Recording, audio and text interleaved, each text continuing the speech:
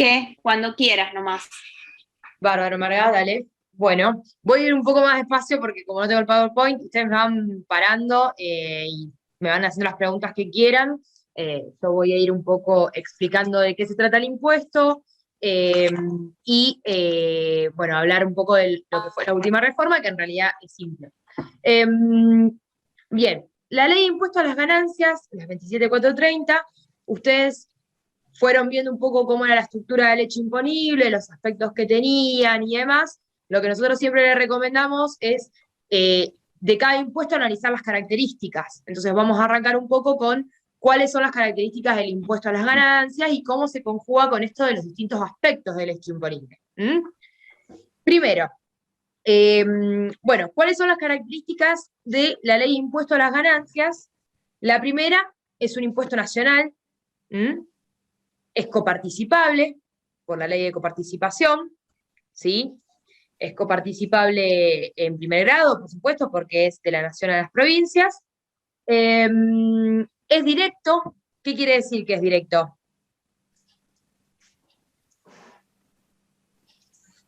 A ver. Dice que graba directamente, por ejemplo, la facturación o el consumo o de lo que produce la persona que tiene que pagarlo. Va encaminado. En realidad, lo que graba de manera directa, sí, perdón, sí. ¿No es que graba directamente la riqueza?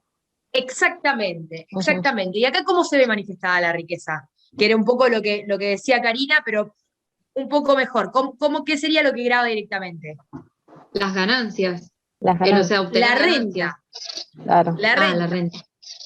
¿Sí? Y eso lo vamos a ver cuando veamos el hecho imponible. El artículo 1 dice, de la ley, dice, el hecho imponible es ser quien obtiene rentas. Entonces, la manifestación de la riqueza está dada por la renta. Y esto es un dato no menor, ¿por qué? ¿Cómo lo comparamos, por ejemplo, con ingresos brutos? Ingresos brutos es un impuesto, después lo van a ver con los provinciales, pero por ejemplo, ingresos brutos, ¿un impuesto directo o indirecto? También directo. No, ingresos brutos es indirecto, Marga, corregime si no, pero ingresos brutos es un impuesto indirecto. Y la diferencia está en qué grava cada uno. Al haber una serie de sistemas de deducciones, el impuesto a las ganancias, se deduce directamente a la renta. Entonces grava directamente la manifestación de la riqueza, que es la renta. En ingresos brutos, en cambio, es indirecto porque grava todo. Grava la actividad lucrativa en su conjunto. Entonces ahí hay una diferencia que podemos ver claramente entre la diferencia entre directo e indirecto. Otra cuestión que se relaciona mucho con el tipo de impuesto directo que es. ¿Es personal o es real el impuesto a las ganancias?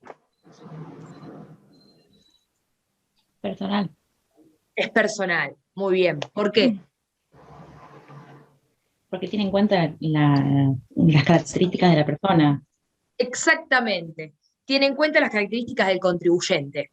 Ustedes van a ver que en el sistema tributario hay una correlación entre que los impuestos directos, como gravan de manera directa la manifestación de la riqueza, son personales. Generalmente suelen tener en cuenta las características del contribuyente, por eso son directos. ¿Se entiende? Es una regla, pero hay excepciones, no siempre.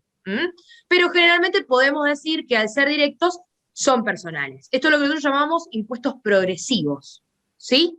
Porque tiene en cuenta las características del contribuyente y por ende grava de manera directa una manifestación de la riqueza de ese contribuyente. Grava, o sea, no la presume la capacidad contributiva, sino que la grava directamente. Bien.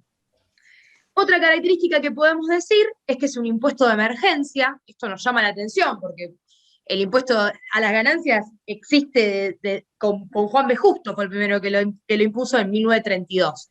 ¿Por qué es un impuesto de emergencia? Porque ustedes cuando estudiamos al principio, ¿qué vimos? ¿Quiénes pueden imponer los impuestos directos? ¿Quiénes los pueden imponer? La nación. No.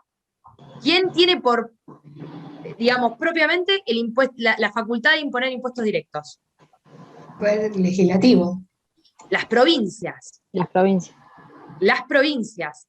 De manera excepcional, la nación puede imponer impuestos directos cuando sean de emergencia y por plazo determinado. ¿Se acuerdan del artículo de la Constitución? Bien. Entonces, al ser un impuesto directo, la nación solo lo puede imponer cuando es un impuesto de emergencia, un impuesto por plazo determinado y acreditando la emergencia pública. Bueno, desde hace tiempo el impuesto de ganancias, si bien es un impuesto de emergencia, cada 10 años se renueva y sigue imponiéndose a través de la nación, obviamente con la coparticipación. Pero tienen que tener en cuenta que es un impuesto de emergencia, porque justamente es directo y lo impone la nación. ¿Mm? Bien, la alícuota en cuanto a esto es progresivo para las personas físicas o humanas y proporcional para las personas jurídicas. Ahora vamos a ver bien los montos, pero esas son las características. Es progresivo y proporcional. Y por último, la última característica es que es un impuesto cedular. ¿Sí? Esto suele ser pregunta de examen, lo solemos preguntar, así que ahora vamos a ver bien de qué se trata que sea un impuesto cedular. ¿Mm? Antes de explicarlo, vamos a explicar un poco más la teoría para que se entienda bien. Dijimos que el hecho imponible está en el artículo 1 y es ser quien obtiene rentas. ¿Sí? Ser persona que obtiene rentas. Entonces, ahí tenemos que ver, bueno, ¿qué se entiende por renta, no es cierto? Porque vos decís renta, ¿qué es renta? Bueno, ahí hablamos nosotros de los requisitos de la fuente productora, ¿sí? Es decir, esa renta, para que pueda ser absorbida por el impuesto, para que pueda ser alcanzada por el tributo, tiene que cumplir con determinados requisitos. Tiene que ser periódica, permanente y hábil. ¿Sí? Eso lo vamos a encontrar en el artículo 2 de la Ley de Impuesto a las Ganancias, pero tiene que cumplir con esos 3 requisitos. Y acá está la trampita que tiene con lo que es el impuesto cedular. ¿Por qué? Estas características está hablando de la fuente que va, o sea, de la fuente que produce la renta, la fuente del contribuyente que produce la renta, pero que lo va a encuadrar al contribuyente en estas 4 categorías famosas que nosotros conocemos del impuesto a las ganancias. La primera categoría del suelo, la segunda categoría de la renta, del capital, la tercera categoría para las personas jurídicas, y la 4 que es la del trabajo. Ahora vamos a ver bien las 4 categorías, pero ¿qué quiere decir? Esa fuente productora es lo que lo va a colocar al contribuyente en esas 4 categorías, cumpliendo con los 3 requisitos que tiene que tener: permanencia, periodicidad y habilitación de la fuente productora. Pero, al ser un impuesto cedular, esto se conjuga. ¿Por qué? Porque quiere decir, el impuesto cedular quiere decir que grava más de una fuente productora a la vez. ¿Sí? El impuesto grava más de una fuente productora a la vez. Es decir, que independientemente de la fuente, que tiene que ser periódica, permanente y hábil, si el contribuyente realiza una de los actos que está comprendido en el artículo 2, también va a tributar, independientemente de la fuente productora de los 3 requisitos. ¿Se entiende? Es decir, por ejemplo, vamos a poner un ejemplo. Si yo alquilo 2 departamentos, tengo 2 departamentos y los alquilo, ¿sí? Cumple todos los años yo alquilo el departamento. ¿Cumple con los requisitos? ¿Es permanente, periódica y hábil? Sí. ¿Sí? No lo hago una sola vez. Lo mismo que una venta. Si yo me dedico a vender inmuebles, no es lo mismo que si yo vendo un inmueble una sola vez. ¿Se entiende? Pero igualmente el impuesto queda alcanzado porque es cedular. Por ejemplo, yo trabajo, vamos a suponer un ejemplo como yo. Vamos a suponer, yo no soy monotributista, pero vamos a suponer que no lo sea, ¿sí? Y que estoy alcanzada como responsable inscripta, como abogada. Tributo ganancias. ¿En qué categoría estoy? En la 4ª. ¿Sí? Que es la del trabajo personal. Bueno, tengo el cumplimiento de los 3 requisitos. Es permanente, periódica y hábil. Yo todos los meses tengo ingresos, es habitual, está habilitada, es una fuente que es legal, digamos, que es de mi trabajo, y todos los meses facturo un determinado monto. Bien. Supongamos que yo heredo un inmueble, ¿sí? No soy de la categoría 1, porque lo heredé una vez, el inmueble que yo tenía, pero lo vendo. Quedó alcanzada por el impuesto cedular. Me van a gravar por esa operación independiente, más allá de lo que yo tribute por la categoría de mi fuente, que es permanente, periódica y activa. ¿Se entiende? Bien, eso lo encontramos en el artículo 2. Van a ver que los dos primeros incisos hablan de esto que yo le estoy diciendo, de los requisitos de la fuente productora, permanente, periódica y hábil. El segundo inciso habla de las personas jurídicas, que sería la categoría 3, y los otros 3 incisos hablan del impuesto cedular. Los últimos 3 incisos del artículo 2. Entonces dice que va a quedar igualmente alcanzado por esas operaciones cuando se vendan bienes inmuebles, cuando se vendan bienes muebles amortizables, y cuando existan operaciones de venta de acciones, cuotas sociales y demás que tienen que ver con la categoría 2. Bien, Una pregunta. ¿hasta ahí? Sí. Aunque esa venta sea única y no sea permanente, ingresa igual. Exactamente, porque graba más de una fuente productora a la vez. Entonces se graba esa operación, independientemente de la categoría. Pero para tu categoría, para vos estar comprendida en las 4 categorías, tu fuente tiene que ser permanente, periódica y hábil. Bien. ¿Sí? Bien. Sí.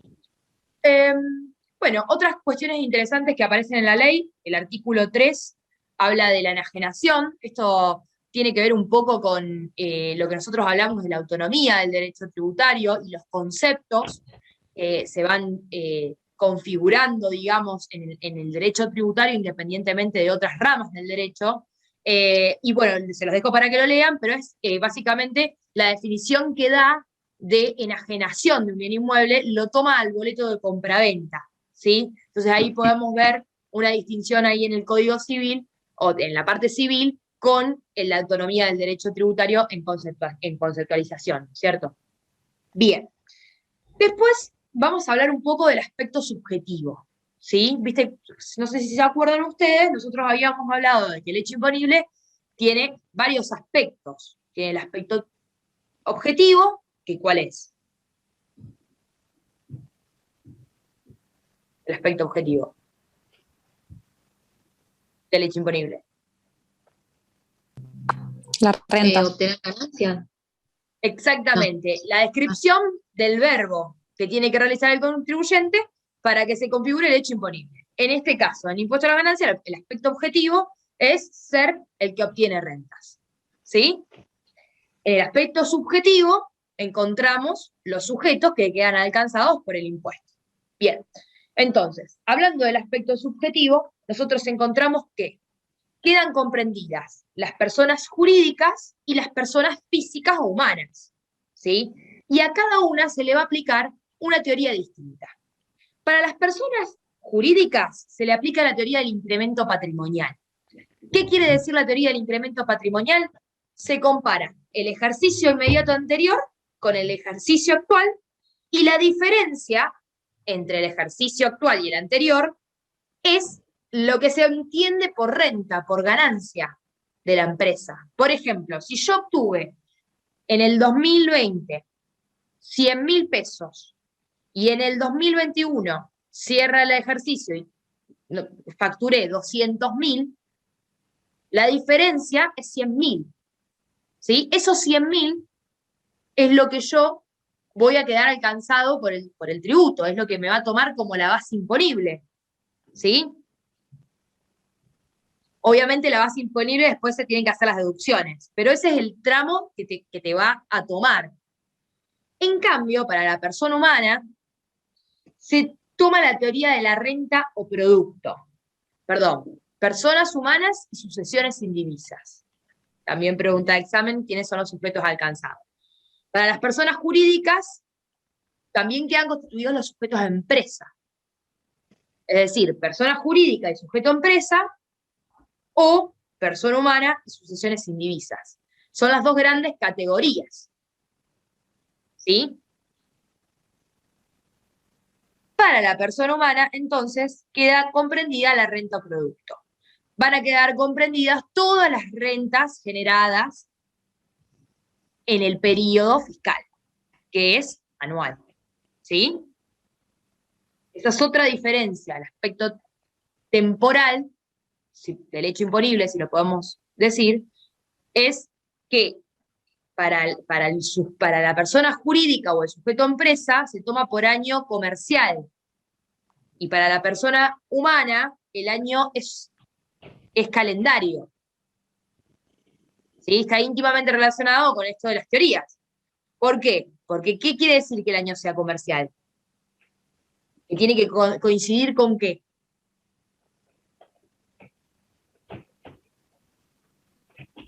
Con los libros de comercio. ¿Sí?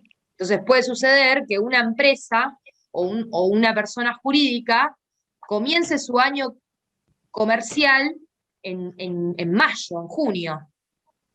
Y su año comercial, por ende, va a finalizar en junio del año siguiente. ¿Sí? Tienen que coincidir con los libros de comercio, los libros comerciales.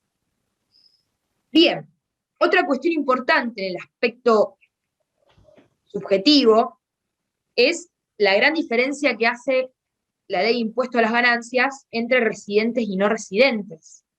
¿Sí? Es decir, si nosotros tenemos que hablar del aspecto subjetivo, por un lado tenemos que distinguir que el impuesto queda alcanzado por personas jurídicas o sujetos de empresa y personas humanas, asociaciones indivisas, pero también hace una distinción entre residentes y no residentes. ¿Sí? Y acá también aplica teorías distintas, que tienen que ver con el aspecto territorial, el ámbito espacial del aspecto imponible. Es decir, ¿a dónde se aplica el impuesto? ¿Sí? ¿A dónde? ¿Qué tomo yo para aplicar el impuesto? Bueno, para los residentes se va a aplicar la renta mundial. Y para los no residentes se va a aplicar la fuente argentina. ¿Sí? Vamos a explicar un poco qué quiere decir cada uno. Para los residentes, la renta mundial quiere decir que van a tributar independientemente del territorio en el que se encuentren, es decir, ya sea en la Argentina o en cualquier otro país extranjero. ¿Sí? Yo, como abogada, vamos a suponer, litigo acá en Argentina y litigo en Uruguay, en Paraguay, en Bolivia. Bueno, voy a tributar por la renta mundial, ¿sí? Voy a tributar por todo. En cambio, para los extranjeros o para los no residentes, solamente la fuente que se produzca, la fuente argentina, es decir, la renta que produzcan en la Argentina. ¿Sí? Renta mundial, artículos 119, 125, artículo 26, fuente argentina, artículo 126. Bien. ¿Cómo es esto de la residente y no residente? Residentes son los nacionales o nacionalizados, es decir, que tienen la ciudadanía, la nacionalidad, y aquellos que hayan pasado Marga, son 12 meses, ¿no es cierto? Más de 12 meses en el país para ser residente. Sí, 12. Bien. Bien. Entonces, más de 12 meses en el país. Esos son considerados residentes. Mientras que los no residentes son aquellas personas que no cumplan con esta condición, ¿sí? Después, la ley de impuesto a las ganancias hace una distinción, hace como una tercera categoría, que es el beneficiario del exterior, que no es lo mismo que ser no residente, ¿sí? El beneficiario del exterior es la persona que pierde la condición de nacionalidad, o sea, de residente, ¿sí? Pierde la condición de residente. ¿Quién es la persona que pierde la condición de residente? Aquella que haya pasado más de 12 meses en el exterior. El que era residente y pasó más de 12 meses en el exterior. A esa categoría no es que se le va a aplicar la fuente argentina, sino que se le aplica la fuente mundial y se pone como especie de sanción un tributo al 35%, que es la alícuota más alta del impuesto a las ganancias. ¿Sí? Es como que se lo sanciona de alguna manera por haber perdido la condición de residente. ¿Sí? Entonces dice, no, bueno, va a tributar como si fuera residente, pero con la alícuota del 35%. ¿Se entiende? Bien. No, te puedo hacer una Sí, sí. pregunta. Este no residente, trabaja en otro país o tiene bienes acá y tiene que pagarla, ¿cómo sería? Claro, eso es lo que yo les decía. No es que no es no residente, no es extranjero. Es beneficiario del exterior. Es como un híbrido. Está el Claro, residente, el no sí. residente y el beneficiario del exterior. El beneficiario del exterior es la persona que es residente, pero perdió su condición de residente. Entonces la ley, de alguna manera, lo sanciona. Lo toma como residente, pero tiene que tributar al 35%, que es la alícuota más alta. Está. Ujú. ¿Ahí sí? Sí. Perfecto. Perfecto. Eso de que lo que yo le estoy diciendo es el artículo 120, que es la pérdida de la condición de residente, más de 12 meses en el exterior, y la regulación de los beneficiarios del exterior está en los artículos 91 y 92. Esto que yo les digo, de que tributan al 35%. ¿Sí? Bien. El aspecto temporal ya lo dijimos. Vamos a hablar un poco de las categorías. Las categorías, como yo le dije, la fuente productora tiene que ser permanente, periódica y hábil, y es lo que va a catalogar al contribuyente en las 4 categorías que están establecidas por la ley. ¿Sí? Por eso es un impuesto personal. La tercera categoría, vamos a arrancar por la tercera, que es la más fácil, es la de las personas jurídicas y los sujetos de empresa. Por la simple condición, o sea, es una categoría subjetiva, ¿sí? Es subjetiva porque por la simple condición de ser persona jurídica o sujeto a empresa, ya vas a quedar comprendida en esa categoría sin importar la actividad comercial que vos lleves adelante, ¿sí? Siempre vas a quedar en esa categoría. Esa categoría, además de las personas jurídicas y sujetos de empresa, también comprende ciertos auxiliares de comercio, que se llaman, como son comisionistas, consignatarios. Son los que no están incluidos en la categoría 4. Un ejemplo, comisionistas, consignatarios. Son algunos ejemplos de eso. Como les dije, tiene un criterio subjetivo y la alícuota es proporcional. ¿Sí? No es progresiva, es siempre la misma. La categoría 1, 2 y 4 son para personas humanas, ¿sí? O sucesiones indivisas. Y ahí distinguimos el impuesto al suelo, que es la primera categoría, quedan comprendidas todos los ingresos provenientes de bienes inmuebles, lo encontramos en el artículo 41. La segunda categoría, que es los impuestos a la renta de capital, que tiene que ver con todas las operaciones que se realicen con cuotas sociales, aportes, todo lo que tenga que ver con acciones. Artículo 45. Y la cuarta categoría, que es la renta del trabajo personal y los otros auxiliares de comercio. Esa lo encontramos en el artículo 79. ¿Quiénes quedan comprendidos en la cuarta categoría? Trabajadores en relación de dependencia, profesiones liberales que no estén en el monotributo, por supuesto, cargos públicos, jubilaciones y pensiones. Bueno, el tema de las jubilaciones ya ha quedado un poco, digamos, cuestionado. Despachantes de aduana y viajantes de comercio. Esos son ejemplos de auxiliares de comercio que están en la cuarta categoría. Bien. Vamos a hablar un poco ahora de las deducciones. ¿Sí? Yo les dije que el impuesto a las ganancias era un impuesto directo porque grababa de manera directa a la manifestación de la riqueza, que era la renta. Bueno, ¿cómo llega a obtener esa renta, que es lo que lo hace justamente un impuesto directo? Es lo que vamos a ver ahora. Primero, se toma lo que nosotros llamamos la ganancia o renta bruta, ¿sí? Que es el ingreso total.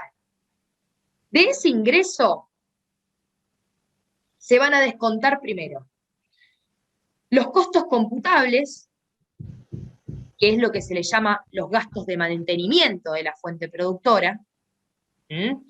Por ejemplo, yo soy viajante de comercio, ¿sí? Viajante de comercio, dijimos que estaba en la tercera categoría, ¿o no? No, de la cuarta. En la cuarta categoría, yo soy viajante de comercio. Y para vender el producto que venda, lo hago viajando con el auto. ¿Sí? El auto, mi fuente de trabajo. Se me rompe el auto en la ruta. Tengo que pagar al mecánico. Le pago al mecánico. Eso se puede deducir. ¿Por qué? Porque es un gasto que yo pago para mantener la fuente productora, que es mi trabajo. ¿Sí? El auto que me permite seguir generando renta. ¿Sí?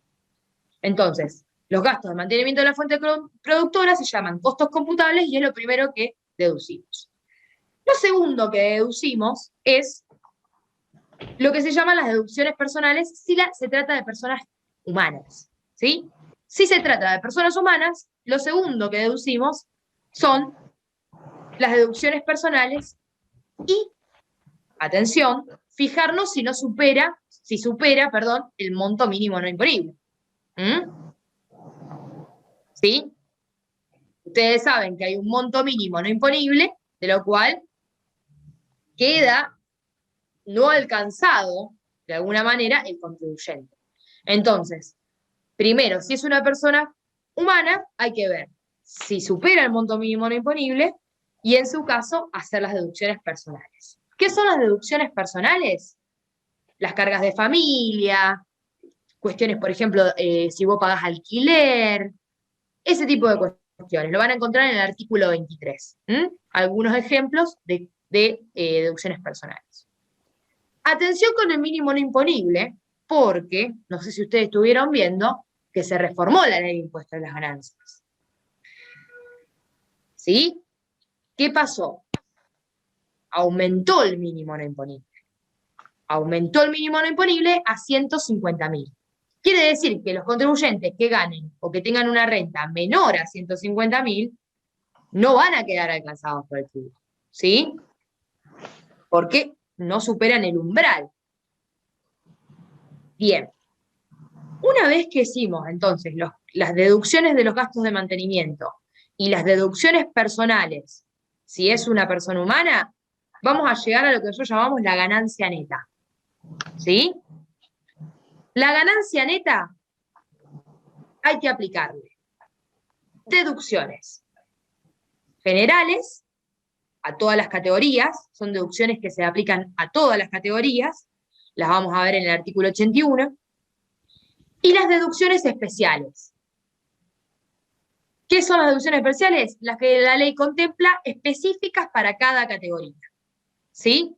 Artículos 82, 85, 86 y 87, respectivamente para categoría 1, 2, 3 y 4. Bien, ahí hago una pequeña aclaración. En el artículo 88 están las deducciones no permitidas, es decir, aquello que no se puede deducir, y llegamos, hechas las deducciones generales y las especiales, a la ganancia neta sujeta a impuesto. ¿Sí?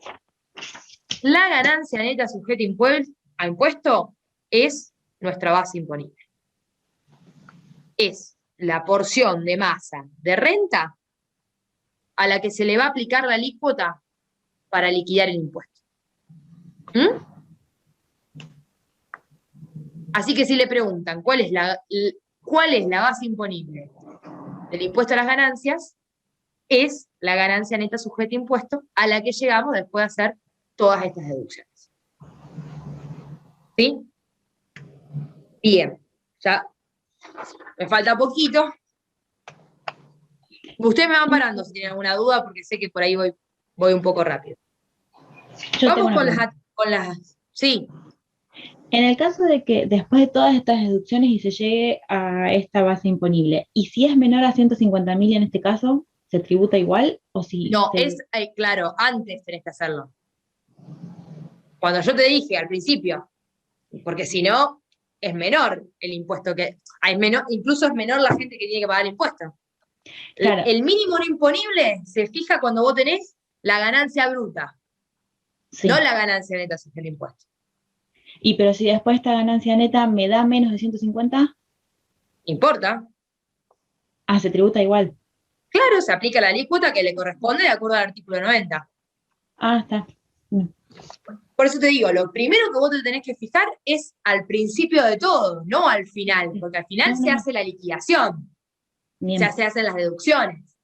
bien. El mínimo no imponible es al principio de todo, cuando vos tenés la ganancia bruta. Cuando vos deducís los costos computables, que son los de gastos de mantenimiento, es decir, lo mínimo para seguir produciendo la fuente productora, ahí te fijas si el mínimo, si es una persona humana, te fijas si el mínimo no imponible no lo supere. Bien. ¿Sí? Sí, sí, sí. Gracias. Doctora, no lo entendí yo mucho. Yo gano 160.000 pesos. Yo ahí no pago impuesto a la, yo ahí pago impuesto a la ganancia. Claro. Pero después hago las exactamente. deducciones y ponerle que me quede 120.000. Sí. ¿Ahí qué pasa? Ahí tenés Esa que aplicar la alícuota. Ahí Esa es la ganancia. Vos aplicás las deducciones y llegás a la ganancia neta sujeto a impuesto. Esa es la base imponible sobre la cual vas a pagar la alícuota. Bueno, vas a tributar por 160.000. Vas a tributar por 120.000 que echas las deducciones. Lo que te va a permitir saber si estás o no alcanzado por el impuesto es al principio de todo, si superás o no los 150.000. Claro, claro. Porque si vos ganás 140.000 pesos, no tenés Ahí que hacer nada, porque no, directamente no nada. tributás. Claro, claro, está. Ahora sí entendí. Gracias. Perfecto. Bien. Entonces dijimos, hecha la ganancia neta sujeto a impuesto, se aplica la alícuota y se da el resultado. Vamos a ver qué alícuota se aplica. Artículo 90, ¿sí? Para las personas humanas, dijimos que la alícuota es progresiva, ¿sí? ¿Progresiva del cuánto? Del 5 al 35%. Es necesario que yo me sepa, perdón, Karin, vos corregime si no, pero es necesario que yo sepa cuánto tengo que tributar si gano 160.000, 180.000. No, es importante que sepan de qué a qué va la alícuota, pero tampoco vamos a hacer el examen en una guerra matemática, digamos. Sí saber que va para personas humanas del 5 al 35%. Para personas humanas y sucesiones indivisas. Eso, fíjenlo siempre. Personas humanas y sucesiones indivisas o personas jurídicas y sujetos a empresa. Persona jurídica y sujeto a empresa es proporcional. Bien, acá tenemos que saber distinguir antes de la reforma y después de la reforma. ¿Qué reforma? ¿La de ahora? No, la del 2018. Bien, antes de la reforma de la 27430, que era la del 2018, la alícuota era del 35% para personas jurídicas y sujetos a empresa. Después de la reforma, se hacen los dos primeros ejercicios al 30% y el tercer ejercicio en adelante al 25%. ¿Sí? ¿Por qué lo digo esto? Porque en este tiempo de transición que tuvimos, iba variando la alícuota. Después del 2000, o sea, a partir del 2019, 2020, fue del 30, y ahora, a partir del 2021, es del 25. Pero, ¿qué pasa? Nosotros estamos pagando el ejercicio del 2020. ¿Se entiende? Porque es a ejercicio fiscal vencido, periodo fiscal vencido. Entonces, recién vamos a pagar al 25 el año que viene, porque el 2021 me va a tomar este periodo fiscal que está corriendo ahora. ¿Se entiende? Sí. De todos modos, al 2021, la alícuota ya es del 25% fija. ¿Sí? Pero la liquidación la vamos a ver reflejada en el 2022. Bien. Esto, si bien uno lo ve, sí. Los dos primeros ejercicios era el 30% y después Al 25%. A partir del tercer ejercicio en adelante, es decir, ya queda directamente para la posteridad, al 25%. Gracias. No, por favor. Ahora, esto sí. Si bien se bajó la alícuota de las personas jurídicas y sujetos a empresa, hay que saber que digamos, para equilibrarlo, se creó lo que nosotros llamamos el impuesto a la distribución de los dividendos. ¿Qué es este impuesto a la distribución de los dividendos? Que antes no estaba, se hizo después de la reforma. Es un impuesto por el cual se te aplica, sí, o sea, nace el impuesto cuando vos retirás los dividendos de la empresa y no los reinvertís. ¿Sí? Ustedes saben, los que más o menos cursaron sociedades y comercial, que cuando yo retiro las ganancias de una empresa, se le llama dividendo, que es lo que se le reparte a cada socio de las ganancias del ejercicio comercial de la empresa, ¿sí? Entonces, cuando yo retiro ese dividendo, como persona humana, yo socio, y no lo reinvierto en la empresa, es decir, no decido dejarlo como resultado de ganancias, ahí se me aplica el impuesto a mí, que soy persona humana, no a la empresa. ¿Sí? Bien. Ese impuesto va para los primeros, es para los primeros 2 ejercicios del 7% y a partir del tercero del 13%. Entonces ahí ven cómo proporcionalmente va bajando el impuesto de la alícuota de las personas jurídicas, pero va aumentando el impuesto a los dividendos, que es cuando yo retiro la ganancia a la persona humana. ¿Sí? Bien. Por último, y ya, bueno, lo dejo con Karen, tenemos las exenciones, ¿sí? Que se las dejo para que la vean en el artículo 20. No son muchas, hay algunas que son reales y otras personales, pero bueno, eso es fácil. ¿Hay alguna duda? ¿Algo que me quieran preguntar? No. A vos, yo me perdí, no te seguí toda la clase porque me incorporé más tarde. Les dijimos que una vez que tienen el saldo, tienen que descontar las retenciones y los pagos a cuenta. No, porque claro, no dijimos lo que eran El anticipo. los anticipos. Claro, como ustedes saben, el periodo fiscal del impuesto a las ganancias es anual. ¿Sí? Dijimos que era calendario para las personas humanas y comercial para las personas jurídicas. ¿Sí? Bien. Pero ¿qué pasa? ¿Qué es lo que ustedes ven siempre? ¿Que cómo se paga el impuesto a las ganancias? ¿De qué manera? Mensual. Claro, no se paga anual. No es que vos pagas al finalizar el ejercicio, el periodo fiscal. ¿Sí? Entonces, eso que nosotros pagamos de manera mensual son los que llamamos los anticipos. ¿Sí? En base a la información que la AFIP tiene del año anterior, del periodo fiscal anterior, va generando estos anticipos mensuales, que son lo que a mí me van descontando. Por ejemplo, si yo soy empleado en relación de dependencia, me lo descuentan del recibo de sueldo, o lo que tengo que ir liquidando yo mes a mes, como autodeterminación, ¿no es cierto? Porque la regla es la autodeterminación. O sea, bien. Yo siempre tengo entendido que son 6 o 5 anticipos, pero lo que pasó en la pandemia es que hubo una suspensión de anticipos. Sí, no se cobraron todos, me parece, pero hubo un No par se de anticipos que se ejecutaron, cobraron. digamos. Lo que pasó es que como estaban suspendidas las ejecuciones, los anticipos son No tenía ejecutables sentido. por ejecución fiscal. Entonces, como estaban suspendidas las ejecuciones, el hecho que vos no pagues el anticipo igual no era ejecutable. Claro. También o sea, no tenía sentido cobrarlo esa no porque no lo situación. podían ejecutar. Claro. Pero de todos modos También hubo lo anticipos otro que se se pagaron al computa principio. mensualmente, como decía Agostina, es, por ejemplo, en el caso de empleados, como decía Agostina, es como que te van haciendo pagos a cuenta. Las retenciones que te hace el empleador son pagos a cuenta del tributo que se va a calcular al finalizar del periodo, como ella les explicaba.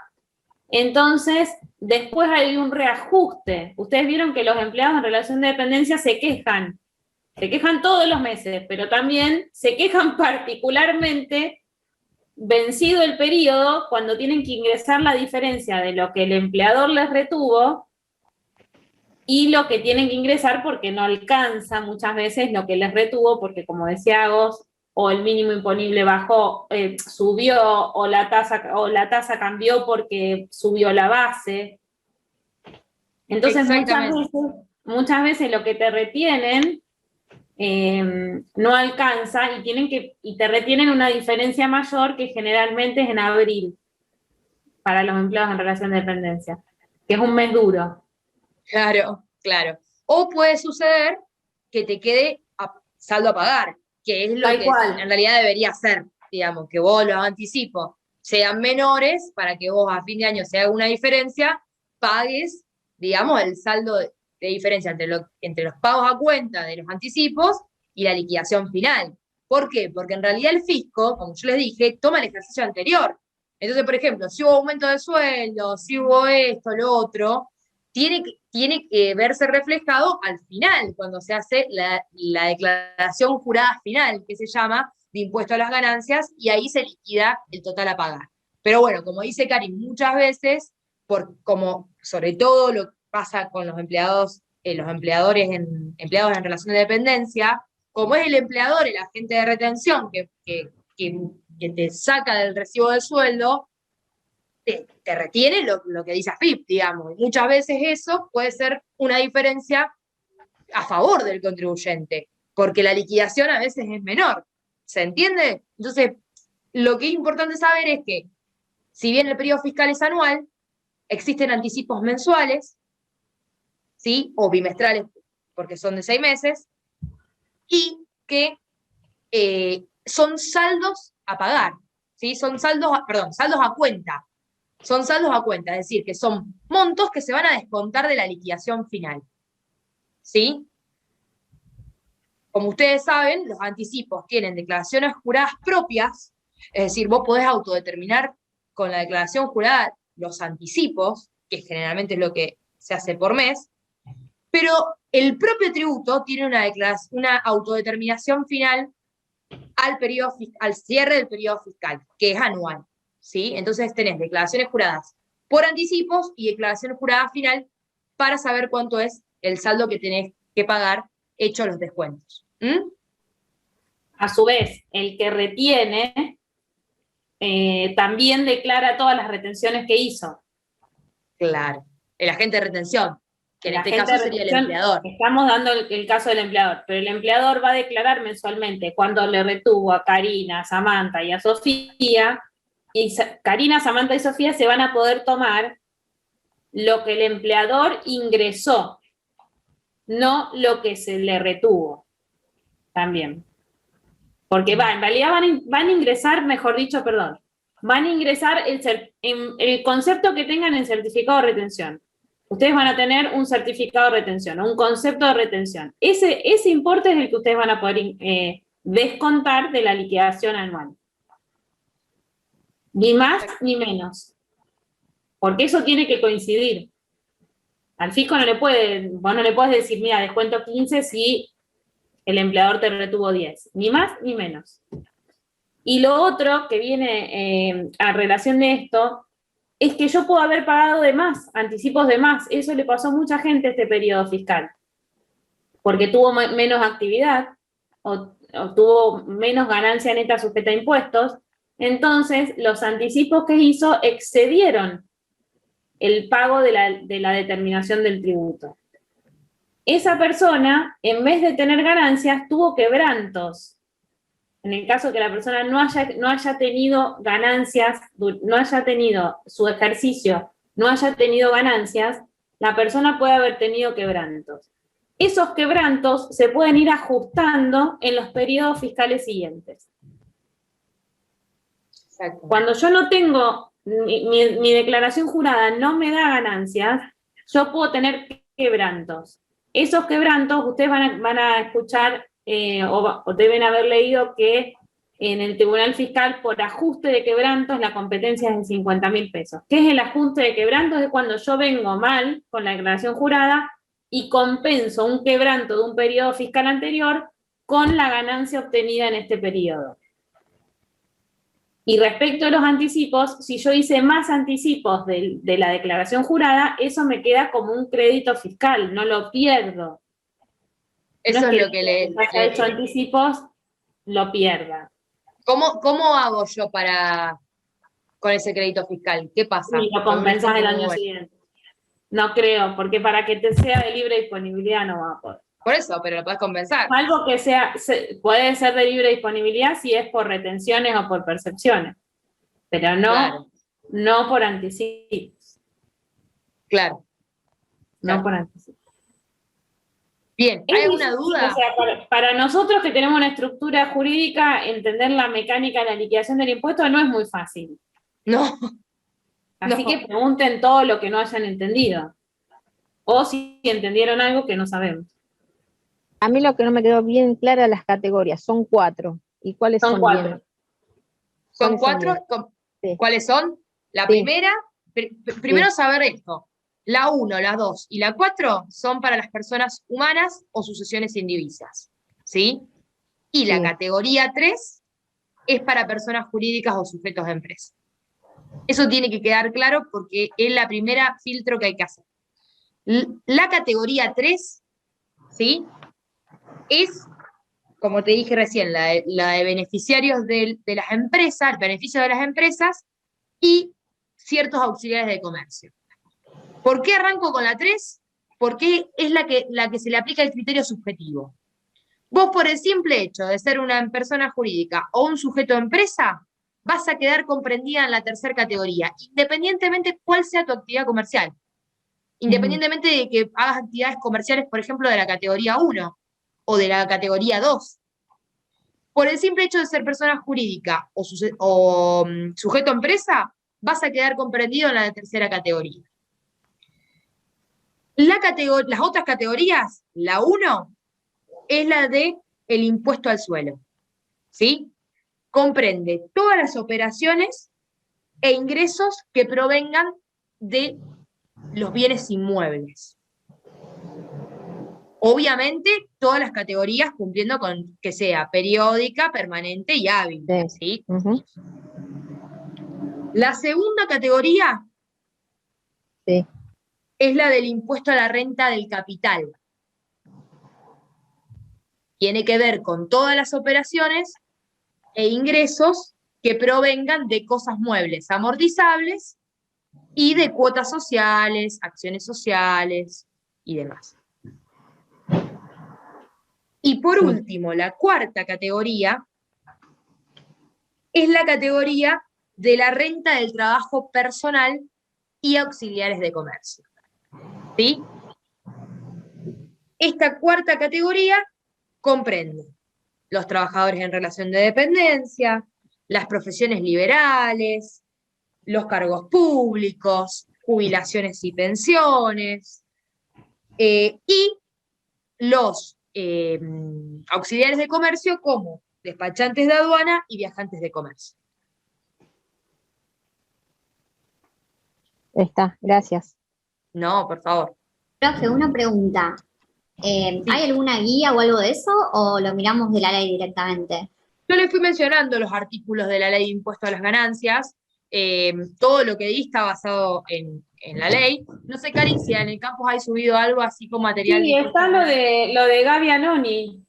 Ah, buenísimo. Está subido al campus. Sí. Perfecto. Pero ahí van a profe, encontrar. yo ese material que están diciendo yo lo tengo. Y lo que quería preguntar es que cuando hablabas de la alícuota aplicable, acá vos dijiste 2 periodos y acá dice 3 periodos para aplicar el 30 y después dice que al cuarto será. Son 2. Porque es del año pasado. No, son 2 y el tercero se le aplica. Ah, listo. Pero Entonces, eso lo hizo el año pasado. listo, entonces Esa ahora es lo la corrijo. diferencia. Gracias. Usted lo que tiene que saber es que a partir de 2021 es del 25% para las personas jurídicas y el impuesto a los dividendos es del 13%. Sí sepan que los ejercicios anteriores, entre la reforma y ahora, fue del 30 y respectivamente y del 7. Sí, igualmente eso hay una ley, un proyecto de ley para modificarlo y... Sí. Pero bueno, hasta ahora... Y tuvo tantas idas y vueltas que puede haber una confusión entre el apunte de Gabriela Anoni, sobre todo porque es del año anterior. Lo otro, que no sé si lo hablaron, es que esto lo decimos siempre con Agostina en todas las clases, lo del impuesto cedular, ¿lo hablaron? Sí, lo dimos al principio cuando vimos las características. Antes nosotros les preguntábamos si el impuesto para las personas físicas se aplica 100% teoría de la fuente, y antes de la reforma ustedes tendrían que haber contestado que sí, hoy tendrían que contestar que no, porque lo cedular queda fuera del concepto de la teoría de la fuente. Exactamente. Por eso yo les decía que el artículo 2, los dos primeros incisos, habla de la fuente productora, que tiene que ser permanente, periódica y hábil, para persona humana y persona jurídica, y los tres últimos incisos son propiamente dicho el impuesto cedular, que quedan incomprendidas todas las operaciones que se hagan con bienes inmuebles, bienes muebles. Sí. Que quede claro es que para lo cedular no se aplica teoría de la fuente, queda fuera. Yo no puedo decir, no voy a pagar el impuesto cedular porque yo soy persona física y me tienen que aplicar teoría de la fuente. No, claro, o soy de la segunda categoría, entonces yo no, si vendo un inmueble no tributo. No, tributás por esa operación. Por eso se dice que el impuesto cedular lo que quiere decir es que grava más de una fuente productora a la vez. Porque te va a gravar por tu fuente periódica permanente y hábil, pero también te va a gravar por las operaciones que dice el artículo 2. Sí, con la y lo otro de las categorías, no me acuerdo quién había preguntado de las categorías, que es algo más contable, es que la primera, la segunda y la cuarta tributan por el percibido y la tercera tributa por el devengado. Entonces ahí también hay una diferencia considerable en el momento de la liquidación. Sí. Bueno, si tienen ganas, hago gracias. Flor, ¿vos todo bien? Todo bien, Karin, ¿cómo estás? Bien. El otro día di tan rápido IVA que me da vergüenza. Así que si tienen ganas, vemos un poquito IVA de nuevo. ¿Puede ser o no? ¿Qué dicen las chicas? ¿Que sí o que no? ¿Que sí? Sí, profe, sí. Sí. Bueno, vamos por acá. ¿Ven mi pantalla? ¿Sí? Se ve. Sí, se ve. Bueno, igual voy a ir rápido, porque tenemos un ratito. Ustedes síganme. Estas características ya se las di. Es al contrario de, ustedes cambien el switch de lo que hablaron con Agostina. Esto es todo distinto. Es la antítesis. Este es un impuesto al consumo indirecto, general, plurifásico, no acumulativo y ad valorem, porque va a ser liquidado, o sea, corresponde a operación por operación. No es un impuesto que yo voy a tener que fijar, esperar que cierre el periodo fiscal. Después vamos a ver por qué. Dentro de los impuestos al valor agregado, nosotros tenemos el método de sustracción. Y el método de sustracción que nosotros tenemos es el método de sustracción impuesto contra impuesto. Porque débito y crédito nosotros liquidamos impuesto contra impuesto. Después les paso este power que no es mío, pero que es muy bueno, que tengo autorización y que siempre me sirve. ¿Por qué nosotros liquidamos por sustracción de impuesto contra impuesto? Porque yo no liquido base contra base. Yo no voy a comparar base contra base. Yo voy a comparar impuesto contra impuesto en el momento de liquidar. Dentro de los criterios de las operaciones internacionales, nosotros tenemos el criterio de país de destino.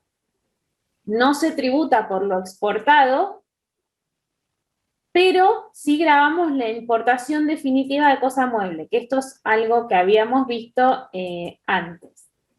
Otras características de este impuesto es que es trasladable. Generalmente el consumidor final es el que absorbe la carga del impuesto y no coincide el contribuyente de hecho con el de derecho, y también es un tributo que se acusa de regresivo porque soportan la misma carga cualquier persona independientemente de su capacidad contributiva. Con respecto a los elementos del hecho imponible, el elemento objetivo está en los artículos 1, 2 y 3. El subjetivo en el 4, el temporal en el 5, 6 y el 27, el espacial surge del 1 y el cuantitativo 10 a 13, definiendo base imponible, y 24 a 28, liquidación del tributo y alícuotas. Yo les adelanté que los elementos objetivos son 5, la venta de cosas muebles situadas y colocadas en el país, sumándole que tiene que ser realizada por los sujetos del artículo 4, las obras, locaciones y prestaciones de servicios del artículo 3 realizadas en el país, excluyendo la exportación de servicios, las importaciones definitivas de cosas muebles, las prestaciones realizadas en el exterior que se utilicen en el país por sujetos inscriptos, y la nueva de los servicios digitales que sean prestadas por un sujeto del interior o del exterior. Lo que se define, en este caso, lo que define la gravabilidad es que la utilización o la explotación efectiva sea realizada en nuestro país. Con respecto al concepto de venta, también les adelanté la clase pasada de que significa una manifestación de autonomía del derecho tributario porque es mucho más amplio del concepto de venta del Código Civil y Comercial, incluyendo cualquier transmisión a título oneroso, inclusive el autoconsumo, las operaciones de consignatarios y comisionistas a nombre propio, pero por cuenta ajena, la incorporación de bienes muebles a la producción de operaciones exentas o no grabadas, las transferencias, esto se los dejo, así que no me voy a detener mucho en esto, las transferencias reguladas a través de medidores. ¿Qué es lo importante saber? Más que lo que es, porque es casi todo. ¿Qué no es? Expropiación, obviamente, reorganización societaria dentro del artículo 77 de la Ley de Impuesto a las Ganancias, y las transferencias a favor de descendientes o cónyuges cuando el cedente o cesionario sean responsables inscritos. Esto es lo que no se va a considerar venta. Quiere decir que sobre esto no voy a liquidar el impuesto. Concepto de cosa mueble, objeto material que pueda transportarse. Pero también está ampliado a las instalaciones que, siendo susceptibles de tener una individualidad, se transforman en inmuebles por accesión. El ejemplo acá es un aire acondicionado. Yo les diría que es un aire acondicionado central, porque un aire acondicionado pareciera trasladable. El ejemplo que sirve es algo que yo no pueda sacar, pero que tenga individualidad, que no integre el inmueble. Vamos al aspecto subjetivo. ¿Quiénes son los que van a completar, digamos, el hecho realizado por estos sujetos? Es el hecho grabado. Si el hecho no está realizado por estos sujetos, no está alcanzado. Los habitualistas de cosas muebles, los que hagan actos de comercio accidentales, herederos y legatarios en relación a los bienes del causante, los que realicen por nombre propio, pero por cuenta de terceros ventas o compras, las empresas constructoras y quienes presten servicios grabados por las compras que ellos van a realizar para esas prestaciones grabadas. Y también, incluye los locadores de locaciones grabadas, las UTE, las ACE, los consorcios y cualquier otro ente individual en el cual se facture a título personal o a título, digamos, se pueda definir quién está recibiendo la facturación. Y se mantiene la condición de los sujetos grabados o alcanzados, aún estando en quiebra o en concurso. Lo que les decía la clase pasada es esta situación, que adquirido el carácter de sujeto pasivo en el impuesto, por el artículo 4, es decir, habitualistas, locadores de locaciones grabadas, realización accidental de actos de comercio, quedan alcanzadas todas las ventas, sin importar si esa venta tiene carácter de grabada para la actividad. Por ejemplo, si es un bien de uso o es un bien de cambio. Lo que lo que se reconoce acá es la proporción de la afectación a las operaciones grabadas. Si bien yo voy a estar alcanzado por todas mis operaciones, el impuesto, o en realidad la liquidación del crédito y el débito fiscal, lo voy a tener que afectar el 100% operaciones exentas no grabadas, y cuando el 100% son operaciones grabadas, la venta está alcanzada al 100% y se computa el 100%. En cambio, cuando afecto a operaciones, parcialmente operaciones grabadas, las ventas están alcanzadas al 100%, pero computo solamente la parte del crédito fiscal de la operación grabada, no computo la parte del crédito fiscal de la operación que no está alcanzada por el tributo. Con respecto al aspecto espacial, siempre nos vamos a referir a cosas muebles colocadas en el país, y si proceden del extranjero, tienen que haber sido importadas en forma definitiva y legal. Les voy a adicionar, digamos, porque tengo que vender lo que ingresó formalmente, digamos, no puedo vender lo que ingresó informalmente. Con respecto al aspecto temporal de la venta de cosa mueble, se devenga el tributo con la entrega, la emisión de la factura o un acto equivalente a la entrega o la emisión de la factura, siempre lo que fuera anterior. Esto también se los agregué, se los dije en la clase pasada. En el caso de señas o anticipos, lo que hace, el hecho imponible nace por el importe recibido, no por el importe total de la operación. Porque yo no tuve ni entrega ni emisión de la factura, si solamente me emitieron la factura por una seña. El hecho de haber congelado el precio no me genera la obligación del tributo por toda la operación. Les dejo para que lean los elementos temporales que en realidad son muy específicos, pero les pueden servir si en algún momento les interesa. Nosotros nos vamos a referir siempre a la regla general. No les voy a preguntar en el examen cuándo se devenga el tributo en el caso de proveedor, o sea, de medidor. No es algo que les vamos a preguntar. Vamos a las importaciones definitivas de cosas muebles ahora, a otro elemento objetivo. En la importación definitiva de cosa mueble, lo importante es esto: que sea para consumo, como dice el Código Aduanero, y que se hayan cumplido todos los pasos de la importación. Acá tenemos un elemento subjetivo específico, que lo dice el artículo 4, inciso C.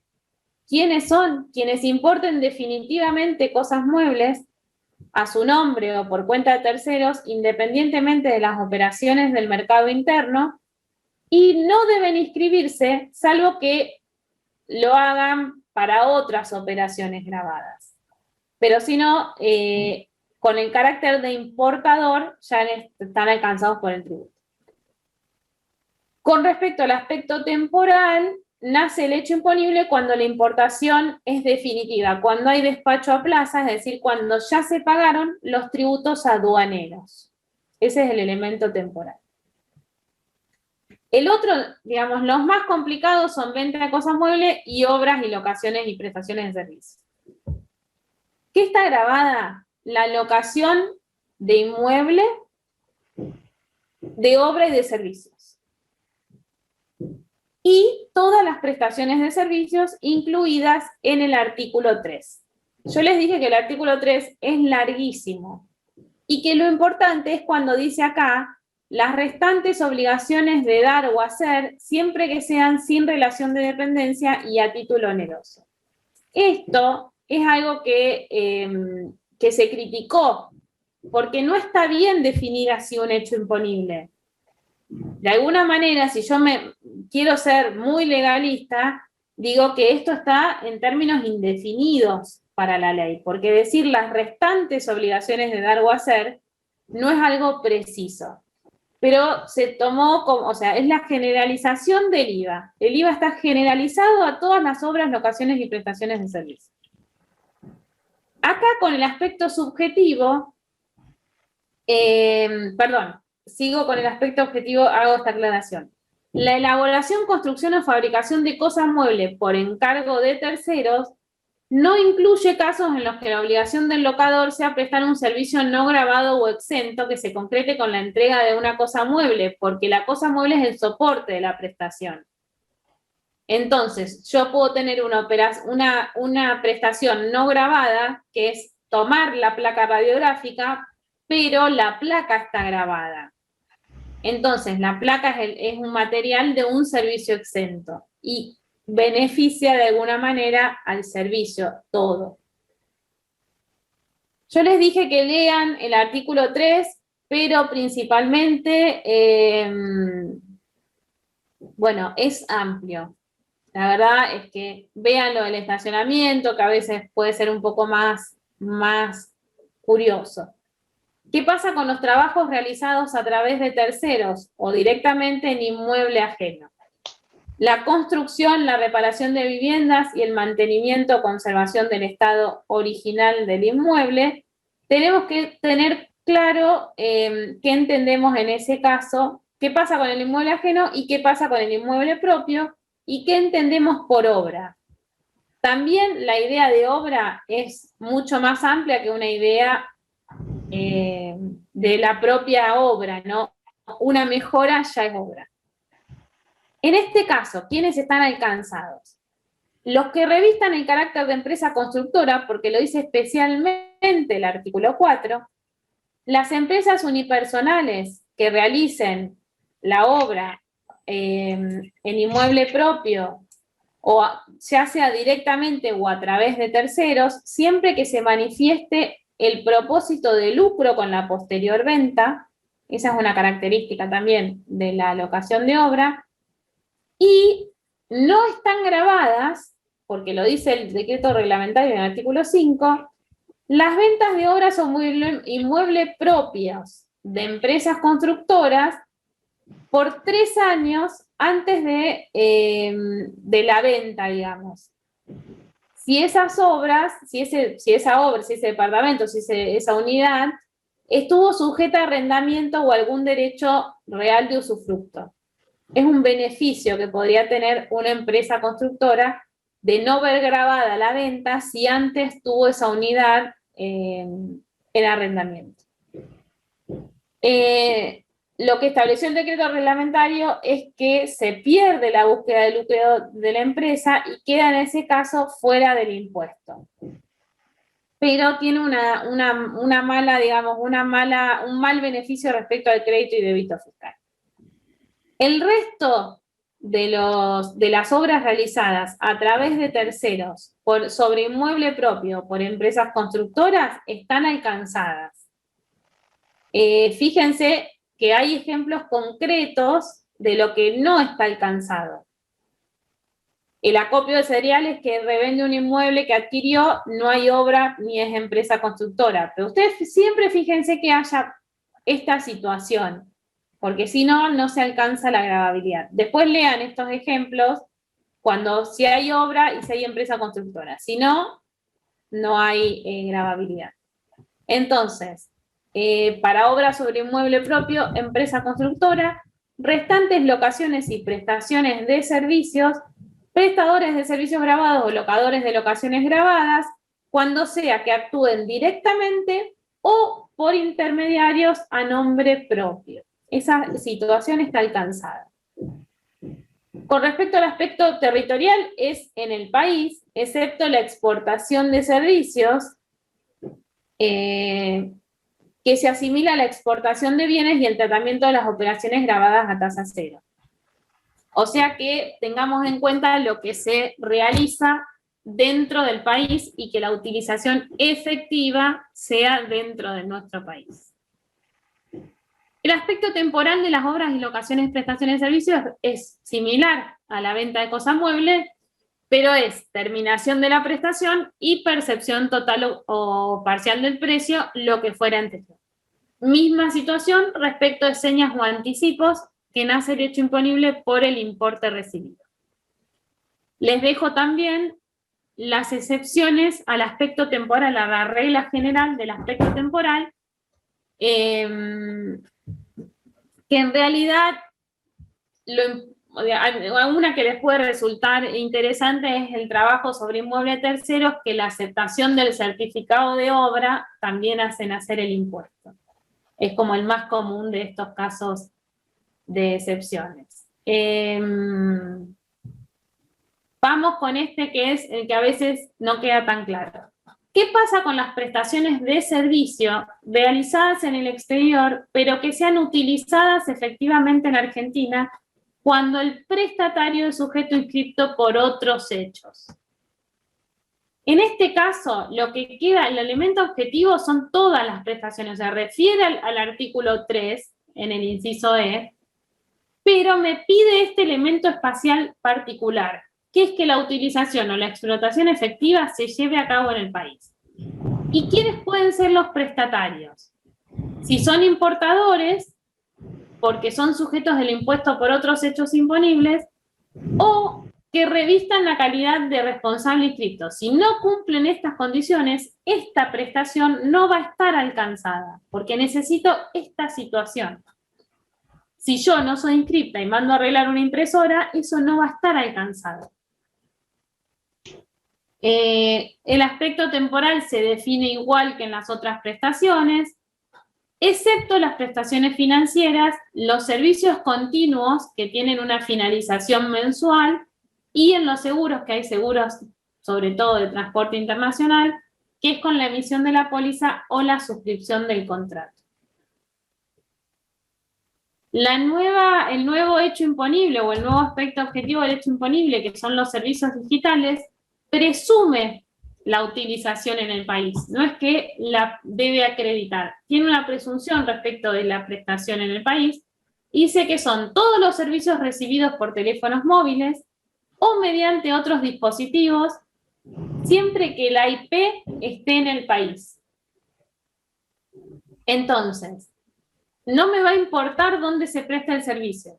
Si el servicio es prestado por un sujeto del exterior, siempre que la utilización o la explotación efectiva se den a un IP que esté registrado en nuestro país, está grabada esa prestación de servicio digital. Esto véanlo en el artículo 3, inciso M, apartado 21, acá. Y con respecto al sujeto o al elemento subjetivo, el tema es que esto afecta al consumidor final. Porque dice, cuando los prestatarios no estén incluidos en el artículo anterior, los consumidores finales, los no responsables que desarrollan actividades exentas o los monotributistas. Con esto de la utilización efectiva, yo les decía que se presume. También se presume cuando la cuenta para el pago, dirección o facturación es en nuestro país. Con lo cual, no solo por la IP, sino por la dirección de facturación, sino por el método de cobro. Ustedes tienen que considerar que la idea de servicio digital es muy amplia, porque es cualquier descarga habitualizada, o sea, es todo. Todo lo que se les puede ocurrir de lo digital está alcanzado. Y el elemento temporal es igual que en los casos de las prestaciones, porque es terminación de la prestación o pago total o parcial del precio. La diferencia acá es que el importe tiene que ser ingresado por el prestatario, y cuando medie un intermediario, tiene que hacerse la percepción. Ustedes saben que las percepciones las hacen las empresas, los bancos, o las empresas de tarjetas de crédito. Exenciones, acá, libros y folletos. Eso es lo más interesante. Libros, folletos, diarios, revistas y publicaciones periódicas. Sin importar el soporte. Y estas son las exenciones para todo el impuesto, no para lo digital. Ustedes se van a acordar 2 o 3. Siempre les digo que se pueden acordar la de los libros, se pueden acordar la del agua ordinaria natural, el pan común, las especialidades medicinales, la locación de inmuebles para casa-habitación,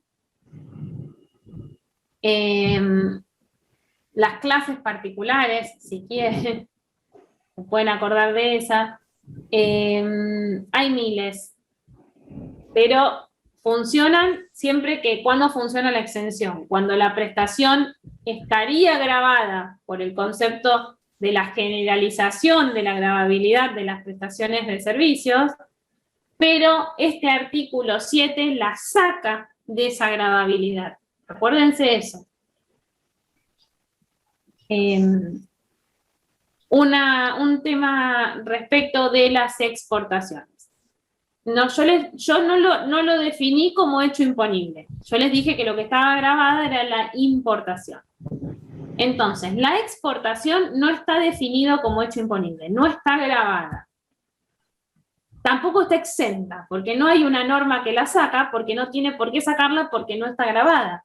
Entonces, el que dice que la exportación está exenta tampoco está bien conceptualmente, porque lo que está exento es algo que previamente ha estado alcanzado por el tributo.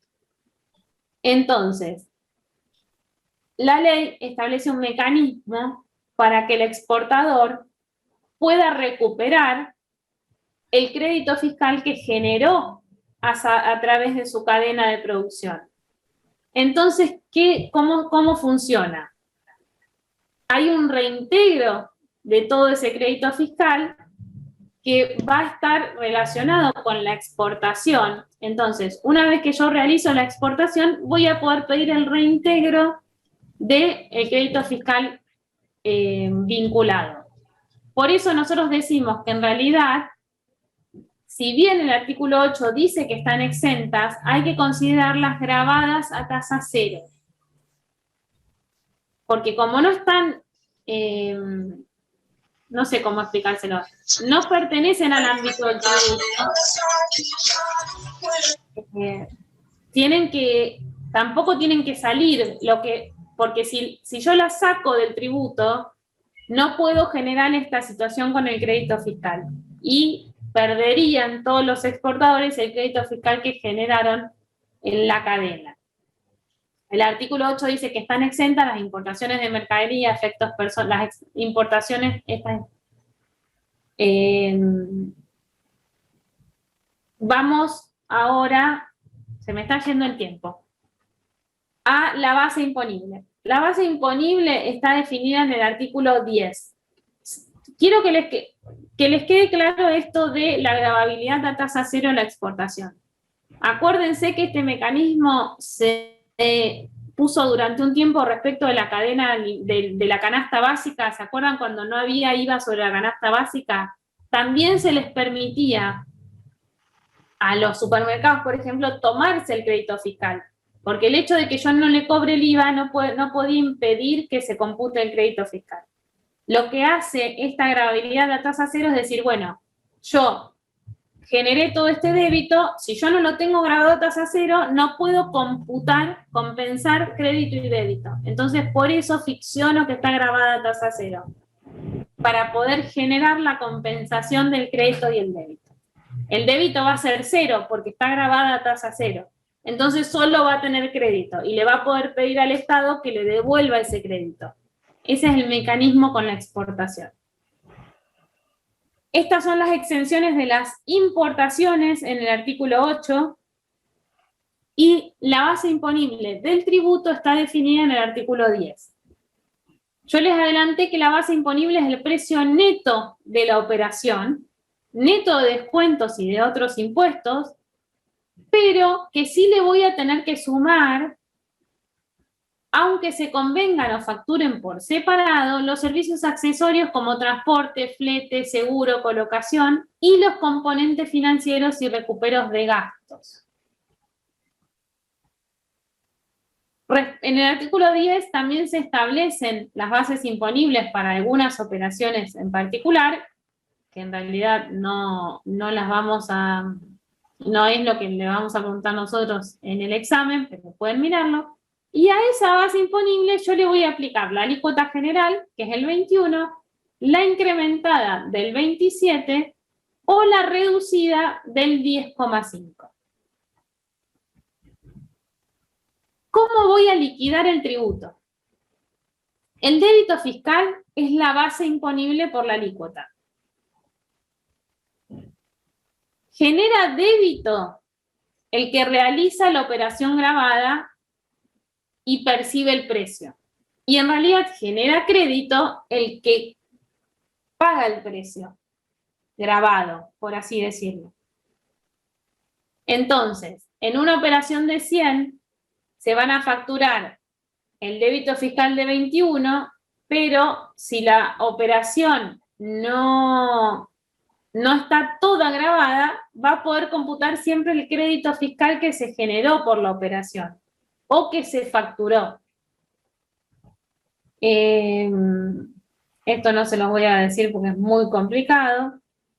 ¿Cuándo hay crédito fiscal? Cuando hay compra, cuando hay importación definitiva, cuando hay locaciones o prestaciones de servicio, cuando se realiza cualquiera de los hechos gravados hasta el importe que surja o hasta el límite que surja de los montos totales netos. El crédito fiscal tiene que estar facturado y discriminado, si no, obviamente no me va a servir para compensar. Esto es muy complicado, muy complicado. ¿Cuándo lo aplico? En el periodo fiscal que es el mes calendario, excepto actividad agropecuaria, importaciones definitivas e importaciones de servicios. ¿Cómo hago la declaración jurada? Compenso, es decir, le resto a mi débito fiscal mi crédito fiscal. Eso me arroja un saldo técnico a favor del contribuyente del periodo anterior. A eso le saco el del periodo anterior, el de este propio periodo, le resto ingresos por retenciones y percepciones, les resto el saldo de libre disponibilidad del periodo anterior no utilizado, le resto el saldo de libre disponibilidad que pueda compensar o transferir, y ahí voy a tener el monto final de la declaración jurada. ¿Cómo se inscriben los sujetos respecto al impuesto? Los responsables inscriptos propiamente dichos, que están obligados a determinar e ingresar el IVA mensualmente, los importadores, los exportadores y los que estén liberados, pero que optaran por inscribirse. Bueno, en realidad lo que me faltó decirles es que para que se pueda discriminar el crédito fiscal, yo tengo que tener un responsable inscripto. No se discrimina nunca el crédito fiscal cuando un responsable inscripto le factura a un exento o a un consumidor final. ¿Por qué? Porque ese exento y ese consumidor final no van a poder efectuar la compensación porque no son inscriptos en el impuesto. Bueno, niñas, les mando esto por mail y las libero a todas. Ya quedamos tan poquitas, resistimos tan poquitas que nos merecemos irnos a dormir la siesta. Es como una resistencia esto, somos pocas. Sí. Y claro. Todas mujeres. Bueno, y todas mujeres, por eso somos aguantadoras. Bueno, chicas, cualquier cosa obviamente nos preguntan la clase próxima, no hay problema. Terminé 2:59, así que justo. Chau Flor, chau Agos, gracias, chau chicas. Gracias, profe. Hasta luego. Gracias, profe, nos vemos. Adiós.